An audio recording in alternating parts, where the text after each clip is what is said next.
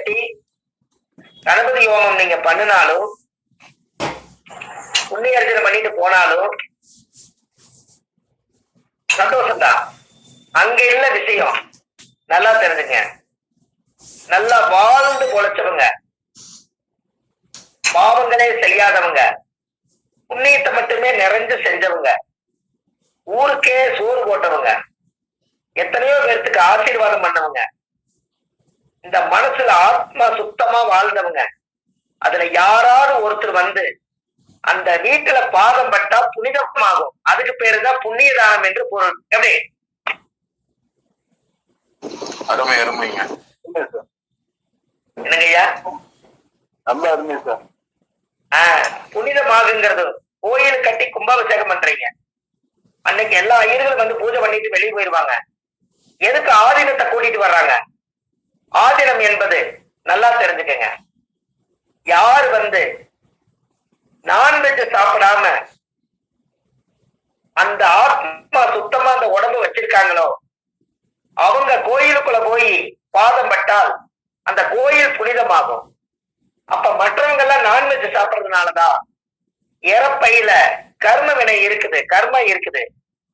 கறி என்பது சாப்பிட்டா இந்த வயிற்றுக்குள்ள சுடுகாடு தோஷம் இருக்குது. அதனாலதான் முன்னோர்கள் அந்த காலத்துல ஆதீனம் எதுக்கு பேர் வச்சாங்கன்னா, அந்த காலத்துல ஆதீனமா இருக்கிறவங்க அத்தனை பேரும் கறி சாப்பிட மாட்டாங்க, இந்த ஆத்மா சுத்தமா வச்சிருப்பாங்க. அதனாலதான் அவங்க கோயிலுக்குள்ள உள்ள நுழைஞ்ச உடனே அந்த இடம் புனிதமாகி அந்த இடம் அந்த கோயிலை சுத்தி சாமி கும்பிட்டு வருவாங்க. அத சாமி கும்பிட்டு வரும் பொழுது அந்த கோயிலை சுத்தி எல்லா தெய்வத்தையும் போய் இவங்க பாதம் படும். இந்த பாதம் படும் போது அவங்களுடைய ஆத்மா புனிதமான ஆத்மாவா இருக்கிறதுனால அந்த கோயில் பூரா புனிதம் அடைஞ்சிரும். எல்லா தெய்வங்களுக்கும் சக்தி கிடைச்சிரும், பிரபஞ்சம் வாழ்த்திரும். அதனால அந்த ஆதீனத்தை கூட்டிட்டு வந்து புனிதமாக்குறது, கோயிலை புனிதமாக்குறதுக்கு காரணமே இந்த காலத்துல ஆதி காலத்துல முன்னோர்கள் பரிகாரமா வச்சிருக்காங்க. எப்படி? என்னங்க ஐயா? ரொம்ப சூப்பருங்க ஐயா. இப்ப புரியுதா?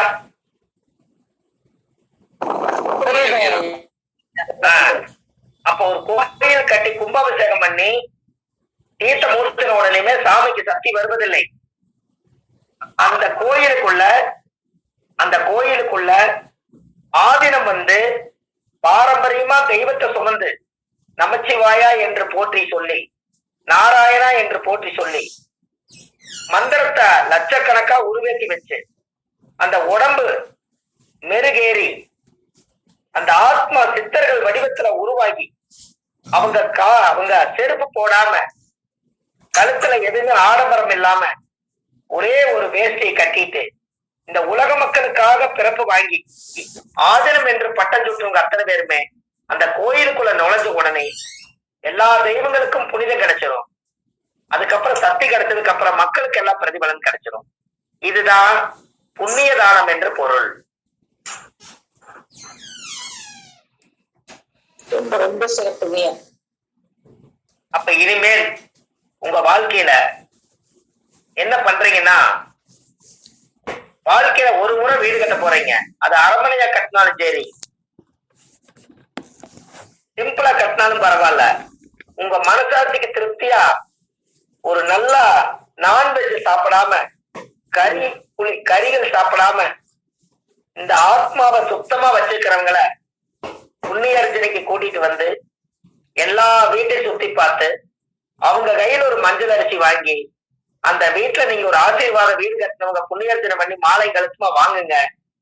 அந்த வீட்டுல தொட்டில் கட்டி குளத்து சத்தம் கேட்டு 16 செல்வம் பெற்று பெருவாழ்வு வாழ்வாங்க. அந்த வீட்டுல தூரி கட்டி ஆடி, ஊஞ்சல் கட்டி ஆடி, குழந்தை சத்தத்தோட செல்வத்தோட பல பேருடைய சந்தோஷத்துல அத்தனை ஆயிரங்காலத்து பயிர அந்த வீடு வரைக்கும். இதுக்கு புண்ணிய அர்ச்சனைக்கு இனிமேல் டெண்டர்ல கோயிலுக்கு மட்டுமே புனிதமானவங்க வரணுங்கிறது இல்ல.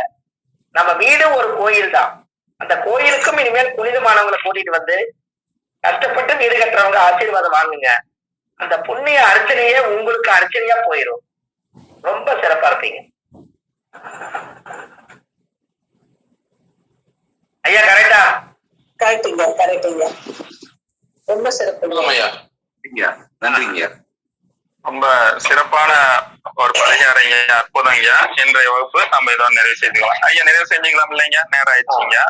ஐயா, இந்த குழுவுல எல்லாரும் பொறுமையோடு அமைதியா இந்த கிளாஸ் ஐயா நம்ம ஈரோட்டுல மூந்தன் முரளி ஐயா மகரிஷி ஆராய்ச்சி மையத்துல இந்த இடத்துல எனக்கு ஒரு பெரிய வாய்ப்பு என்னன்னா, ஆன்லைன்ல மீட்டிங்ல ஜூம் மீட்டிங்ல எடுக்கிறது நிறைய பேர் எடுக்கிறாங்க. எனக்கு அந்த வாய்ப்பு இதுவரைக்கும் கிடைக்கல.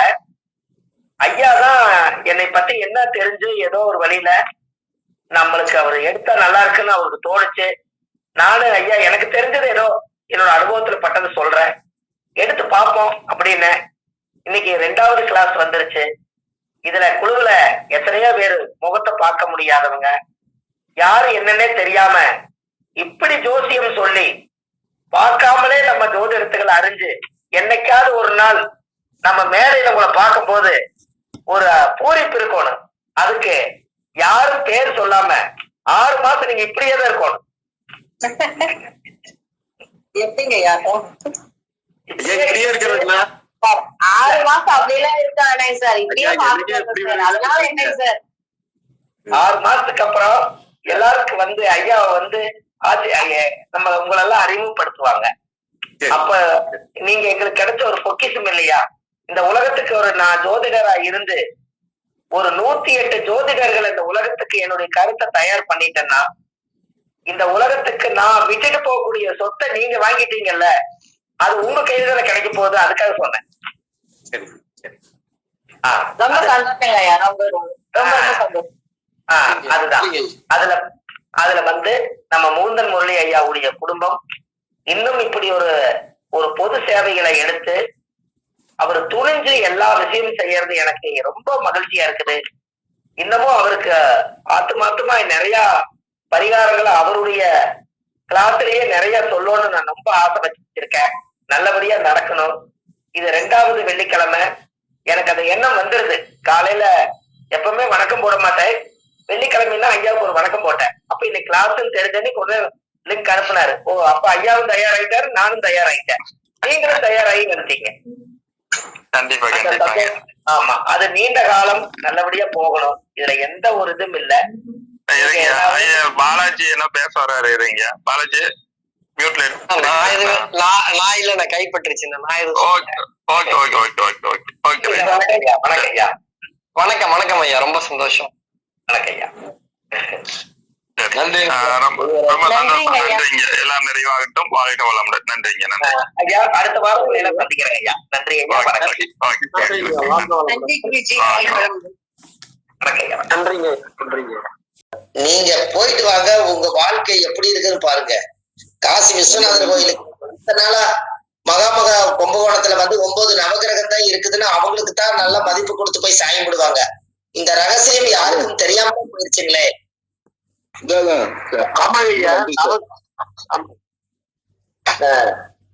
அதனால நீங்க கண்டிப்பா காசி விஸ்வநாதரை போய் நீங்க பார்த்துட்டு வாங்க.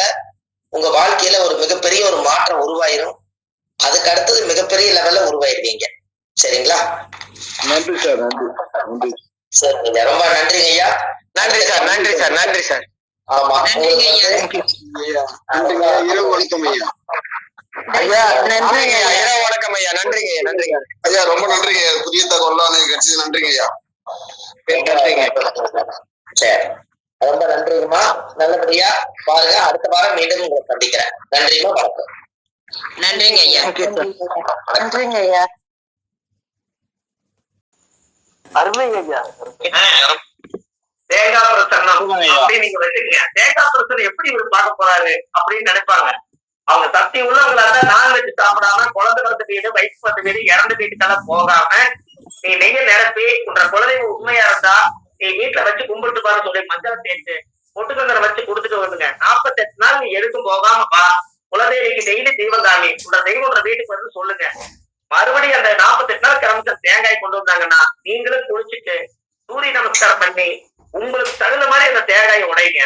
எப்படி உடைச்சாலும் பகவானுடைய அனுகிரகத்துலதான் உடையும். அது உடைச்ச உடனே அந்த நெய் வந்து அப்படி கெட்டியா புட்டு மாதிரி இருந்துச்சுன்னா அவங்க குலதெய்வத்தினுடைய புண்ணியத்தை சேர்த்திட்டாங்க. நீங்க தைரியமா சொல்லுங்க, குலதெய்வம் வீட்டுக்குள்ள வந்தாச்சுன்னே சொல்லிருங்க. அதுக்கு மேல அந்த பஞ்சபூதம் கண்டிப்பா கண்டிப்பாங்க ஐயா. இதுக்கு பேர் தேங்காய் பிரசன்னம் நீங்க வச்சுக்கீங்க, அவ்வளவுதான். தேங்காய் பிரசன்னம் பார்க்கப்படணும் போட்டு வச்சுக்கீங்க. தேங்காயில இவ்வளவு பெரிய ரகசியம் இருக்குதா? அந்த காலத்துல அந்த பால் பூஜை பண்ணி வாக்கரிசி போட்டு அந்த இருமுடி தூக்கி தலையில கட்டி வச்சு அவங்க திரும்பி வந்ததுக்கு அப்புறம் ஒரு பரா தட்டுல நெய், கல்கண்டு, சர்க்கரை, அபிஷேகம் எல்லாம் வாங்கிட்டு வந்து யாரெல்லாம் வந்து வழி அனுப்பிட்டாங்களோ அவங்களுக்கு எல்லாத்துக்குமே கொண்டுட்டு போய் எல்லாத்துக்கும் கொடுப்பாங்க வீடு வீட்டுக்கு. அப்ப அவங்களுக்கு சந்தோஷம் வருதா இல்லைங்களா? கண்டிப்பா சந்தோஷம் வருங்க ஐயா. அவ்வளவுதான். அப்போ உண்மையாலுமே அது ஒரு பெரிய சிறப்பு தான். அப்ப இந்த மாதிரி எல்லாம் இந்த காலத்துல கடன் தீரும்னா என்ன பரிகாரம் தெரியுங்களா? உண்மையான பரிகாரம் பாத்தீங்கன்னா ஐயா, கடன் தீரம்னா சொல்லுங்க ஐயா, கடன் உண்மையான கடன் உங்களுக்கு பட்டியா கட்டிட்டு இருக்கிற கடன் தீரணும்னா கெரானம் பிடிக்கும் பாத்தீங்களா? சூரிய கெரானம் பிடிக்கும்ல? ஆமாங்க ஐயா. அந்த கெரானம் பிடிக்கிறது 1 மணி நேரத்துக்குள்ள கடைக்கார வீட்டுல போய் 10,000 ரூபாய், 50,000 ரூபாய், 1 லட்சம் ரூபாய் கடன் இருந்தாலும் ஒரு 1000 ரூபாய் கொண்டு போய் இந்தாங்க கடன்ல வச்சு கழிச்சுக்கங்கன்னு சொல்லிருங்க. அன்னையில உங்களுக்கு கடன் தீர ஆரம்பிச்சு தீந்துரும்.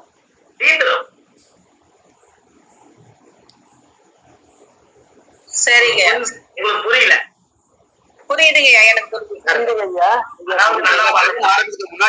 அதாவது நல்லா பாத்துங்க. பித்திருக்கடன் சொல்றீங்கல்ல, பித்திருக்கடன் போன ஜென்மத்துல நம்ம என்ன பாவம் பண்ணமோ இன்னைக்கு எனக்கு கடனும் வட்டியா அடைக்கிறேன்னு சொல்றீங்க. அப்ப பித்திருக்கடன் எல்லாமே ராகி அதெல்லாம் பாட்டு பாடி வருதா? ஆமாங்க. இந்த சூரியனுங்கிறது நம்ம அப்பா செஞ்ச கடனா? அப்பாவுடைய கடன் பிள்ளைக்கு வருமா? வருங்கய்யா. இந்த பாம்பு சூரிய கிரகணத்தன்னைக்கு இந்த பாம்பு சூரியனை கப்பி குடிச்சுக்கும் பாருங்க. அந்த அன்னைக்கு பிரபஞ்சம் எதுவும் வேலை செய்யாது. அன்னைக்கு எதுவுமே வேலை செய்யாது. சூரியனோட பவர் இருக்காது. அப்ப போய் இந்த ஆத்மாகாரர்களுக்கு பலம் இல்லாதப்ப கொண்டுட்டு போய் கடன்கார காசு கொடுத்துருங்க, நீங்க ஜெயிச்சிருவீங்கன்னு சொல்றேன். அந்த பித்தக்கடன் தொடராதல்ல? தொடராதுங்க. அவ்வளவுதான். எப்படி பரிகாரம்? ரொம்ப சிறப்பான பரிகாரங்க. அருமைங்க ஐயா. அதெல்லாம் வந்து இந்த காலம் தணிக்கிறது இருந்தா கரடி பாருங்கன்னு சொல்லியிருக்கேன். யாருக்கெல்லாம் கடன் அதிகமா இருக்கும், சனியும் கேதுவும் அதிகமா யாருக்கெல்லாம் பாகை வந்து ரொம்ப அதிகமா இருக்கும், ரொம்ப பக்கத்துல 3 டிகிரிக்குள்ள சனிக்கேது யாருக்கெல்லாம் இருக்குதோ அவங்களுக்கெல்லாம் கடன் பிரச்சனை அதிகம். அப்ப அந்த கடன் நம்ம நிவர்த்தி பண்ணணும்னா அவங்களுக்கு என்ன வழி? கரடி இவங்களை பார்க்கணும். கரடி பார்த்தா இவங்களை பார்க்கணும். அப்ப கரடி பார்த்தா அந்த யோகம் தானா வேலை செய்யும். எதுக்காக அதை சொன்னாங்க? அந்த ஜாதகத்துல சனி என்பது ரோமத்திலேயே அதிகமான மிருகம் எது? கரடிங்க ஐயா. அது கேதுன்னா தாடி தொங்குறது. அப்ப கரடி வந்து ஒரு காலத்துல கிராமத்துல வீட்டுக்கே வரும். வீட்டுக்கே வந்து குழந்தைகளுக்கு ஏது கட்டுவாங்க. அது வாயில ஓட சூடு ஊதும். அந்த ஊதுற உடனே அங்க எந்த தோஷம் இருந்தாலும் அந்த குழந்தைக்கு நலங்கு, கண்டிச்சு, ஓமளிப்பு எல்லாம் நிவர்த்தி ஆயிடும். அந்த காலத்துல கரடி ஊருக்குள்ளேயே வரும். அப்ப கரடி ஊருக்குள்ள வந்தோடனே கரடி எல்லா வீட்டையும் பார்த்துட்டு போகும். அந்த வீட்டுல அந்த ஊரே கடங்காரெல்லாம் இல்லாம தெளிவாயிருவாங்க. இன்னைக்கு கரடி இல்ல, ஜூல போய் அடைச்சு வச்சுட்டாங்க. அந்த காலத்துல இதெல்லாமே பரிகாரமா பண்ணிட்டு இருக்கிறாங்க பாருங்க. அது பரிகாரமா தெரிஞ்சு செய்வாங்களாங்க, தெரியாம செஞ்சதாங்க? எல்லாமே முன்னோர்கள் பரிகாரம் தாமா. எல்லாமே முன்னோர்களுடைய பரிகாரம் தான். அது ஒன்றும் மாறவே இல்லை. சரிங்க சரிங்க ஐயா. எல்லாம் அந்த காலத்துல அவர் எந்திரம் கட்டினாரு. ஒரு குழந்தைக்கு வந்து நலங்கு தோசை நீங்குதுன்னா அவர் எந்திரம் கட்டி அந்த கரடி வாயிலிருந்து ஊதி அந்த குழந்தை கட்டி விட்டா நல்லா போகுது. அப்ப அவர் ஏன் எந்திரம் கட்டுறாரு? அவர்கிட்ட இருக்கிற சக்தியிலே செய்யலாமே. அது ஏன் கரடி வாயில போடுறாருங்க? அது சரிங்க. அப்ப கரடி வாயில போட்டா அந்த தோசை நிவர்த்தியாரு. அதனாலதான் கரடி நடந்து போன மண் இருக்குது பாருங்க, அதை எடுத்து நீங்க வீட்டுல கட்டினீங்கன்னா கடன் தோசை நிவர்த்தி ஆயிடும். எப்படி நீங்க மனுஷனோட பாதத்தை எடுத்து சுத்தி போடுறீங்க, அது போல கரடி நடந்து போன பாதம் இருக்கும். அந்த பாதத்தை மண் எடுத்து வீட்டுல கட்டி வச்சீங்கன்னா கடன் ஒரு துளி இருக்காது. எப்படி 4 பாதம் மண் எடுக்கணுமாங்க இல்ல ஒரு பாதத்தை ஒன்னு எடுத்தாலே போதுங்கம்மா. அவர் பாதம் பட்டு அது ஒரு புனிதமானது. ஓ புரியுதுங்களா? அப்படி நம்ம நீங்க எப்பவுமே தானம் மாசத்துல ஒரு நாள் அம்மா ஜோசியரா இருக்கிறவங்க மத்தவங்க எல்லாம் வந்து தானமும் தர்மமும் மாசத்துல அமாவாசை பௌர்ணமிக்கு அன்னதானம் போட்டுருங்க. உங்க கர்மம் கழிய ஆரம்பிச்சிடும். கண்டிப்பா இதை செஞ்சுட்டு வாங்க. சரிங்க ஐயா. காசு வந்தா 100 ரூபாய் சம்பாதிச்சா 2 ரூபாய் தர்மம் பண்ணணும்னு சொல்லிக்கிறாங்க. அந்த 2ஐயும் சேர்த்து நீங்களே சோப்புல வச்சுக்கிட்டு நம்ம இன்றைய கூலி 4 உழைச்சு காசு அவருக்கு கொடுப்போம்னு நினைச்சிட்டு இருக்கிறாங்க. நல்லா பாருங்க. தனம் அப்படின்னு உங்களுக்கு வந்துருச்சுன்னா தனம் அப்படின்னு வந்துருச்சு. அதுக்கு எப்படி எழுதுவீங்க? தனம்னு எழுதுவீங்க. சரி, அந்த தா பக்கத்துல ஒரு காலம் வச்சீங்கன்னா என்னமா மாறிடும்? தானம் தானமும் மாறிடுங்க ஐயா. அப்ப தானம் வந்தா தானம் பண்ணணும் நீங்க. தனம் வந்தால் தானம் செய்யும். தனம் வந்தா தானம் பண்ணணும். என்ன சேர்த்து வச்சுட்டு அது என்ன ஆகும்? கண்டிப்பா தனம் தானம். அப்ப தனம் வந்து தானமா மாத்தணும். அப்ப தனம் வந்துருச்சுன்னா தானமா மாத்தணும். அவ்வளவுதான். எல்லாத்துலயும் வார்த்தை இருக்குதுங்கம்மா. தவம் சிவம். அந்த சாவம் மேல சூழ்ச்சுட்டே என்ன? சவம் சீவம். சிவம். அவ்வளவுதான். சிவன் சிவம் தவம். அந்த சாதா அதை சுழிச்சா சிவம், அதை சுழிக்கலினா தவம். அப்போ ஒரு நாள் நம்ம என்னைக்கு இருந்தாலும் சிவன் கிட்ட மோட்சமடைய போறோம். போகும்போது அவர் கேட்பாரு, எத்தனை புண்ணியம் பண்ணிட்டு வந்தீங்கன்னா அந்த ரெக்கார்டு புண்ணு கேட்பாரு. அதனால தவம் ஆகாதுக்கு முன்னாடி சிவ பூஜை பண்றதுக்காக தர்மம் பண்ணுறது. சரி சரி சரி. தர்மம்ங்கிறது கர்மங்கிறது இந்த காவம் வந்து சுழிச்சு விட்டா தர்மம், அந்த விட்டா கர்மம் எல்லாமே அங்கதான் அடைக்கும். அதனால தனம் தானம். அதனால சொன்னாங்க. அதனால தனம் தரும் கல்வி தரும் ஒரு நாளும் தலைவரியா மனம் தரும் பாடும் போதே தனம் தரும் கல்வி தரும். தனம் வந்து பாதி வாங்கிட்டீங்க, தானம் எப்போது செய்யறீங்கன்னு தானே கேள்வி. ஆமாங்க. அதனாலதான் 10ஆம் பாவம் தான். அன்னதானம் எத்தனாம் பாவம் வருதுங்க? அன்னதானம் 10ல வருது. அன்னதானம் 10ஆம் பாவம். அப்ப 10ஆம் பாவம் தொழில் அன்னதானம் போட்டீங்கன்னா தொழில் நல்லா இருக்குமா நல்லா இருக்காதா? நல்லா வருங்க. நல்லா இருக்குங்க. நீங்க 10ஆம் பாவத்தை இயக்கிறதுனா 10ஆம் பாவத்துல ஜீவனம் கர்மா மட்டும் 2 சொல்லிருவீங்க. 10ஆம் பாவம் தான் அன்னதானம் இல்லைங்களா? 10ஆம் பாவம். அப்ப நீங்க தான் 10ஆம் பாவத்தை பலப்படுத்துங்க. என்னங்கம்மா? ரொம்ப ரொம்ப சந்தோஷங்கம்மா. 10 மணி ஆக போகுது. இன்னைக்கு பரிகாரம் எப்படிமா? இன்னைக்கு கிளாஸ்ல எப்படி இருந்ததுங்கம்மா? ரொம்ப ரொம்ப அருமையா இருந்ததுங்க ஐயா. நிறைய விஷயம் நாங்க கத்துக்கிட்டோங்க ஐயா. ரொம்ப ரொம்ப நன்றிங்க ஐயா. அருமை ஐயா. ரொம்ப சந்தோஷங்க ஐயா. அடுத்த வெள்ளிக்கிழமை அன்னைக்கு இரவு 8 மணில இருந்து 9:30 மணி வரைக்கும் நம்ம 9:30 மணி சொல்றோம், 10 மணி ஆயிடுது. அது பேச பேச சுவையான வார்த்தைகள் கிடைக்கிறதுனால நேர காலம் போறது தெரியறது இல்லைங்க. கண்டிப்பாங்க. ஆமா. ஐயா உங்களுக்கு ஒண்ணே ஒண்ணு கேட்கலாமாங்க ஐயா? சொல்லுங்கம்மா. ஐயா உங்களோட ஆன்லைன் கிளாஸ் நான் இது வரைக்கும் 5 கிளாஸ் அட்டெண்ட் பண்ணிருக்கேன். ஆனா உங்களோட கிளாஸ் அட்டெண்ட் பண்ணா மட்டும் என்னோட ப்ளூடூத் வந்து பிரச்சனையாவே இருக்கு. அது என்னன்னு எனக்கு புரியவே மாட்டேங்குதுங்க ஐயா. அப்படிங்களா? புதன் தகவல் தொடர்பு புதன் தானேம்மா உங்களுக்கு பிரச்சனை?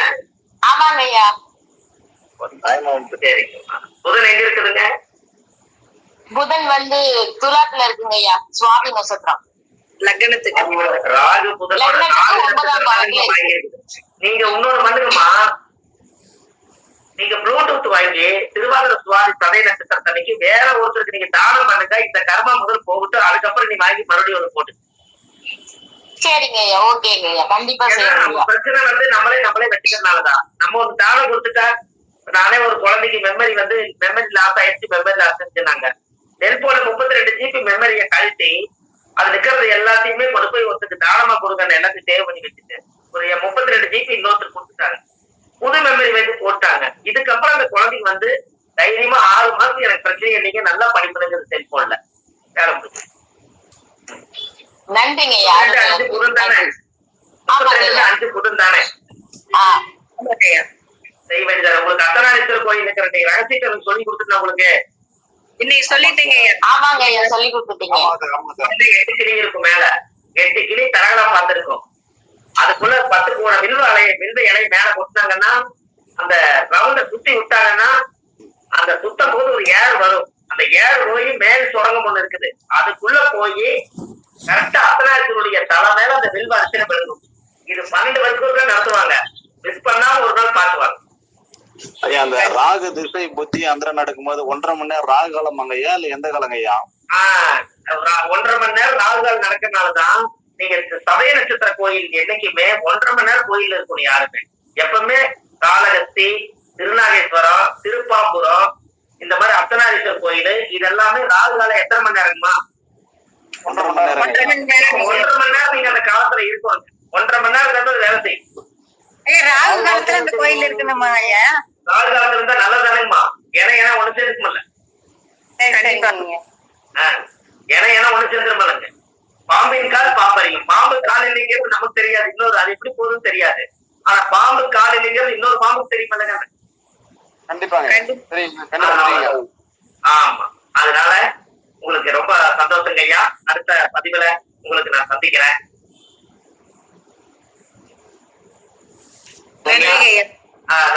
மணி 10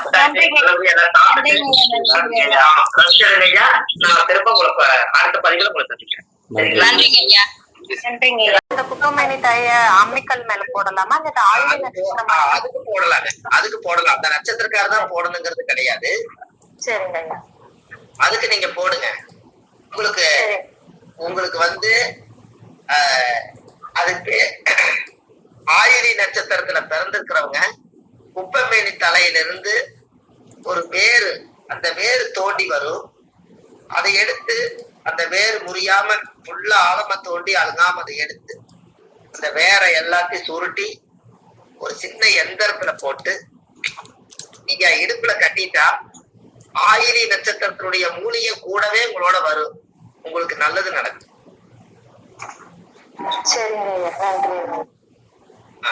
இது எல்லாம் பண்ணுமா? 10 மணி ஆயின் போடாது ஐயா. தாயத்துல போட்டுக்கலாம் ஐயா. தாயத்துல போட்டு வச்சுக்கோங்க. ஆயிலி நட்சத்திரத்தன்னைக்கு அந்த ஆயிலி அந்த குப்பமேனி தலையில இருந்து அந்த மூலிகையை பறிச்சு அந்த வேர்களை மட்டும் அந்த தண்டை எடுத்து உள்ளுக்குள்ள போட்டு ஒரு சிவன் கோயில் திருநூறு போட்டு பார்வதியோட குங்குமமும் திருநூறு 2ஐயும் போட்டு நீங்க உள்ள வச்சுக்கோங்க.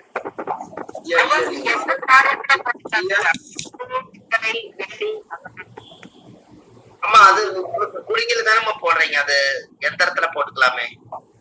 இன்னைக்கு காலையில இருக்கிறவங்க எதுல வேணா போட்டுக்கலாங்க. வெள்ளிச்சத்து என்னங்கம்மா ஒரு 500 ரூபாய் வரும் வெள்ளிச்சத்து, அவ்வளவுதான். அதுக்குள்ள போட்டு குழந்தைகளுக்கும் கூட கட்டி விடலாம். இன்னும் சொல்ல போனா அந்த ஆயிலி நட்சத்திரத்தன்னைக்கு அந்த மூலிகை போய் அவங்க சுத்திட்டு வந்து மஞ்சள் தண்ணி ஊத்திட்டு வந்தா போறகாரி இன்னும் சிறப்பா இருக்கும். இன்னைக்கு தாங்க ஒரு 4 குப்பைமணி வேரோட ஃபர்ஸ்ட் வந்து நீங்க வீட்டுல வச்சுக்கிறீங்க, நிழல ஊத்தி காய வச்சுக்கிறீங்க. பாருங்க இன்னைக்கு இதை வச்சு நான் சொல்ல போறேன். இன்னைக்கு என்ன நட்சத்திரங்க ஐயா?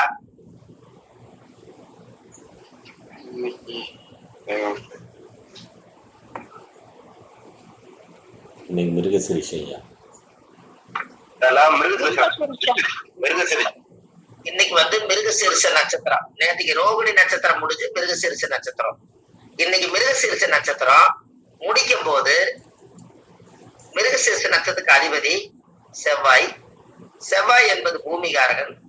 பூமியிலிருந்து பறிக்கப்பட்ட மூலிகையோட இந்த பூஜையை நம்ம முடிக்கிறோம். நிழல ஓத்தி வச்சிருக்கிறேங்க. ரொம்ப சந்தோஷங்க ஐயா. அடுத்த ஒவ்வொரு பரிகாரங்களையும் ஞாபகப்படுத்தி வச்சுக்கோங்க. நீங்க வச்சுக்கிற வீடியோவெல்லாம் ரெக்கார்டெல்லாம் பத்திரமா வச்சுக்கோங்க. ஒவ்வொரு தடவையும் போட்டு போட்டு கேளுங்க. இந்த சுவையான வார்த்தைகளை எல்லாம் ரொம்ப சேகரிச்சு வைங்க. ஒரு நாள் நானே உங்ககிட்ட கேட்க வேண்டியது வரும், ஏதாவது மிஸ் ஆயிட்டா. இத்தனையும் மக்களுக்கு போய் சேர வேண்டிய சொத்து அது. ஜோதிடம் மக்களுக்கு போய் கரெக்டா கொண்டு போய் சேர்த்துடலாமா? கேட்கறாங்க ஐயா. அமைப்பு போட்டு எடுத்து போட்டுன்னு அதான் உங்களுக்கு கேட்கறோம் ஐயா. டெய்லி கேட்டுறீங்க ஐயா. இந்த ஆயுத நட்சத்திரக்காரங்க மட்டும்தான் அந்த தாயத்தை போடணுமா ஐயா? அவங்களுக்கு தான் அது பொருந்துங்க, மத்தவங்க அதை எடுத்துக்க முடியாது. வேணா ஒருத்தர் வேற ஆயுத வந்து தாராபலன் அடிப்படையில நல்ல நட்சத்திரக்காரங்க ஒருத்தர் போடலாங்க. காசு வர்றவங்க யாரு போடலாம்னா பூச நட்சத்திரக்காரர் போட்டா காசு வரும். ரெண்டாவது நட்சத்திரம் ஆயிலியமா வருதல்லங்கம்மா? ஆமாங்க ஐயா. அப்ப ரெண்டாம் தாரை இயக்குறீங்கல்ல ஆயிலியம். ஆயிலியம் குப்பமேனி தலை தானே? ஆமாங்க ஐயா. பூச நட்சத்திரக்காரர்களுக்கு ஆயிலி நட்சத்திரம் வந்து உங்களுக்கு காசு வரும் அல்லவா? குப்பமேனி தலையை வீட்டுல வளர்த்துட்டா வளர்த்த சொல்லுங்க. அவங்களும் ஒரு அமௌண்ட் சம்பாரிச்சு மக்களுக்கு ஏதோ ஒரு அன்னதானம் பண்ணிட்டு. ஐயா ஐயா, அந்த காலத்துல வந்து இப்போ வந்து சில பேர் வந்து அம்மிக்கல்லு, ஆட்டுக்கல்லுக்கெல்லாம் வெள்ளிக்கிழமை எல்லாம் வந்து குங்கும மஞ்சள் வச்சு வழிபடுவாங்க. அப்போ ஆயிலக்காரங்க மட்டும்தான் செய்யணுமா, இல்ல அதே மாதிரி எல்லாருமே செய்யலாமாங்க ஐயா? அம்மா, நீங்க எல்லாருமே செய்யணும். கார்த்திகை விளக்கு வைக்கும் போது அம்மிக்கு ஒரு கல் வச்சாங்களா இல்லையா அந்த காலத்துல? ஆமாங்க ஐயா. அம்மிக்கு ஒரு விளக்கு வச்சாங்களா இல்லைங்களா? ஆமாங்க ஐயா. அது ஏன் அந்த காலத்துல வச்சாங்க? ஆட்டுக்கல் கொண்டு வைப்பாங்க, அம்மிக்கல் கொண்டு வைப்பாங்க. ஏன் அப்படின்னா, நோய் இல்லாம வாழ்றதுக்கு எத்தனையோ மூலிகைகள் எல்லாம் போட்டு ஆட்டுன்னு ஆட்டி அரைச்சு கொடுத்த வயிற்றுக்கு அந்த ஆட்டுக்கல்லு வந்து நம்ம வயிற்ற காப்பாத்துறதே அந்த ஆட்டுக்கல்லு அம்மிக்கல்லு தான். கரெக்டுங்களா? ஆமாங்க ஐயா. அவங்களுக்கு ஒரு நன்றி சொல்றதுக்காகத்தான் கார்த்திகை ஜோதி அன்னைக்கு ஆட்டாங்களுக்கு ஒரு விளக்கும் அம்மிக்கலுக்கு ஒரு விளக்கும் அந்த காலத்துல முன்னோர்கள் அதை வைப்பாங்க. அப்போ அதுலயும் பாருங்க, ஆட்டுக்கல்லுல வந்து குழவி மேல சுத்துது, ஆட்டுக்கல்லு வந்து பலமா உட்கார்ந்து இருக்குது. அதுல இடது கையில தான் முதல்ல ஆட்டுவாங்க, வலது கையில ஆட்ட மாட்டாங்க. கரெக்டுங்களா? ஆமாங்க ஐயா. ஆமாங்க ஐயா. தள்ளி விடுவாங்க, ஒரு கையில ஆட்டுவாங்க. கரெக்டுங்களா? கரெக்டுங்க ஐயா. அப்ப இந்த இடத்துல எல்லா நவதானியத்தையும் அரைச்சிருச்சு, இரும்பு மட்டும் அரைக்கல. அதான உங்களுக்கு ஒரு கேள்வி? ஆமாங்க ஐயா. அதுக்கு ஒரு ஐடியா வேணும்ல. இரும்பு மட்டும் அரைக்கல, எல்லாத்தையும் அரைச்சிருச்சு ஆட்டுக்கல்லு அம்மிக்கல்லு. ஆனா இரும்பை மட்டும் அரைக்கல. அப்ப 8 கிரகம் தான் வேலை செய்யுது, ஒரு கிரகம் வேலை செய்யல நீங்க நினைச்சிட்டு இருந்தீங்க. அது வந்து உங்களுக்கு இரும்பு மட்டும் அரைக்கல, ஆனா இரும்பு அரைக்குதாங்கிறது உங்களுக்கு தெரியணும் இல்லையா? அதாவது கல்லு நல்லா தேஞ்சு போச்சுன்னா, கல்லு கொத்துறது வந்து கல்லு கொத்துறவங்க ஊருக்குள்ள வருவாங்க. கல்லு கொத்துறதோ கல்லு கத்து அப்படின்னு வருவாங்க. அவங்க சுத்திலும் வச்சிருப்பாரு. அந்த இரும்பு எடுத்து போய் அந்த கல்லு கொத்திட்டு போவாரு. அப்ப இரும்பு பட்டுதா? அப்ப 9 கிரகம் வேலை செய்தா? ஆமாங்க ஐயா. இப்ப சந்தேகம் தீர்த்துரும். நன்றிங்க ஐயா. கண்டிப்பா கண்டிப்பாங்க. 9 கிரகமே 8 கிரகத்தை அரைச்சிருச்சு. சரினா இரும்பு அது எப்படி ஆட்டுக்கல்ல அரைக்கணும் விஞ்ஞானத்துல யாராவது கேட்டு நீங்க வந்து மாட்டிட்டு முழிக்க கூடாது. அப்போ நம்ம இதை சொல்றதுக்கு இன்னொரு வார்த்தை தயாரா வச்சிருக்கணும். சுத்தியில வச்சிருப்பாரு, உளி வச்சிருப்பாரு. ஒரு சின்ன ஒரு ஊரிய பையில போட்டு ₹1 ₹2 வீடு வீடா கல்லு கொத்தி அவர் ஜீவனம் பண்ணுவார். அவரோட வேலையே என்னன்னா, மாவாட்டி எல்லாம் கல்லெல்லாம் தேஞ்சு நலுன்னு போச்சுன்னா அறப்படாது. அப்ப கல்லு கொத்துறவங்க மாசத்துக்கு ஒரு முறை அந்த ஊருக்குள்ள வருவாங்க. அவங்கள கூப்பிட்டு இரும்புங்கிறது சனி போட்டு கல்லு கொத்தி வச்சிருப்பாங்க. 1 மணி நேரத்துல ஆட்டி எடுக்கக்கூடிய பொருள், 1 மணி நேரத்துல ஆட்டி எடுக்கிற பொருள் 1/2 மணி நேரத்துல ஆட்டி எடுத்துருவீங்க. அதுக்கு இரும்புதான் காரணம். பாத்துக்கங்க, இரும்புதான் புதுப்பிக்குது. அதனாலதான் அந்த காலத்துல அந்த காலத்துல வந்து இரும்பு வந்து அடிக்கடி கொத்து பண்ணி அவங்க மாவாட்டி சாப்பிட்டதுனாலதான் அவங்களுக்கு ஆயுள் பலத்துக்கு உண்டான ஒரு சனி பகவான் உங்களோட உணவுலையும் அவர் தொடர்ந்து சப்போர்ட் பண்ணதுனாலதான் நம்ம சாப்பிட்டு உயிர் வாழ்றதுக்கு சனி பகவானே காரணம். ஜீவனக்காரன் என்னங்கய்யா? ஜீவனக்காரன் 10ஆம் பாவாதிபதி ஜீவனமாவும் போயிடுச்சு. அன்னைக்கு நாங்க எங்க அம்மா கொஞ்சம் இப்படி ஆட்டுவாங்க, நாங்க விளையாட்டு இருப்போம். நாளைக்கு காலையில உனக்கு புட்டு சுட்டு போடுறேன்ப்பா. அந்த புட்டு சுடுறதுன்னா அந்த காலத்துல இட்லி பாத்திரம் வாங்குறதுக்கு காசு கிடையாதுங்க. அந்த இது வாங்குறதுக்கு, இந்த அடுக்கு சட்டி வாங்குறதுக்கு காசு இருக்காது. வறுமையின் நிறம் சிவப்புங்கிற கோட்ல நாங்கெல்லாம் வாழ்ந்தோம். அப்ப என்ன பண்ணுவாங்கன்னா, எங்க அம்மா என்ன பண்ணுவாங்கன்னா, அடுப்புல எரிக்கிற குச்சிய ஒரு அடி எடுத்துக்குவாங்க. ஒரு அடி எடுத்து உடைச்சிருவாங்க. அதே மாதிரி 2 குச்சி உடைச்சு கூட்டல் மாதிரி பிளஸ் மாதிரி 4 போட்டு கட்டி அதை ஒரு அடுக்கு பாத்திரத்தை மேல அது வச்சு அதுக்கு மேல வெள்ளை துணியை வேட்டி விரிச்சு குழிய 4 குழி பண்ணி அதுல மாவாட்டி அதுல மாவை ஊத்தி அதை சூட வச்சு இத்தச்சோடு இட்லி எங்களுக்கு போடுவாங்க. அப்ப அன்னைக்கே பிளஸ் உருவாக்கிக்கிறாங்க பாருங்க. அது பிளஸ் வச்சிருக்காங்க பாருங்க அந்த காலத்திலேயே. அந்த காலத்துல ஆதி காலத்துல எல்லாமே ஒரு எளிமையான பரிகாரங்கள். அன்னைக்கு 27 நட்சத்திரம் இயங்குச்சு. எல்லா வீட்லயுமே 9 கிரகம் வாசம் செஞ்சது. எல்லா வீட்லயுமே நவதானியம், கொள்ளு, ராகி, சோளம், கம்பு, கேழ்வரகு, தவிடு, புண்ணாக்கு எல்லாமே இருக்கும். அன்னைக்கு 9 நவதானியத்தோடவே அவங்க வாழ்ந்தாங்க. 9 கிரகங்களே அவங்களுக்கு வாசம் செஞ்சது. நோய் இல்லாம வாழ்ந்துட்டு போனாங்க. ஒரு சாதாரண வெயில் அடிச்சாலும் கூட ஒரு கொடை புடிச்சிட்டு போவாங்க. அந்த அளவுக்கு அனுசம்னா கொடை. அதுவும் கூட ஆயில பலப்படுத்தி ரொம்ப உச்சி வெயிலையும் கூட ஒரு கொடை வச்சிருப்பாங்க. அந்த காலத்துல தைச்சுதான் துணி போடுவாங்க. கிழிஞ்சதுன்னா உன்னை போட்டுட்டு ஒண்ணு எடுக்க மாட்டாங்க. அதை ஊசி நூல் வாங்கிட்டு வந்து தைச்சுதான் போடுவாங்க. அன்னைக்கு நாகரிகம் பார்க்கல. அப்படியெல்லாம் வாழ்ந்தவங்க எல்லாம் நல்ல புனிதமான ஆத்மாவெல்லாம் மண்ணுக்குள்ள போயிட்டாங்க. கொஞ்சம் பேர் தான் இருக்காங்க. மீதி இருக்கிறவங்களாவது இந்த திசைக்கு வரணுங்கிறதுக்காகத்தான் இந்த கிளாஸே.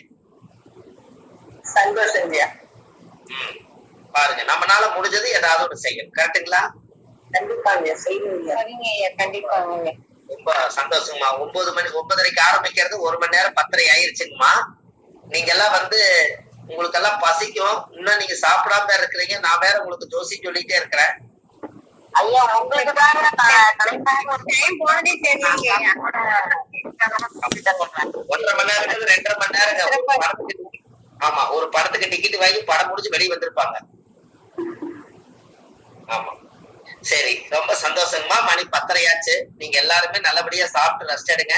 அடுத்த வாரம் உங்களை எல்லாத்தையும் சந்திக்கிறேங்க. ரொம்ப நன்றிங்க. எல்லாத்துக்கும் அம்மா மாருக்கு வணக்கம்மா. எல்லாத்துக்கும் வணக்கம் ஐயா. சரிங்க ஐயா, ரொம்ப சந்தோஷம் ஐயா.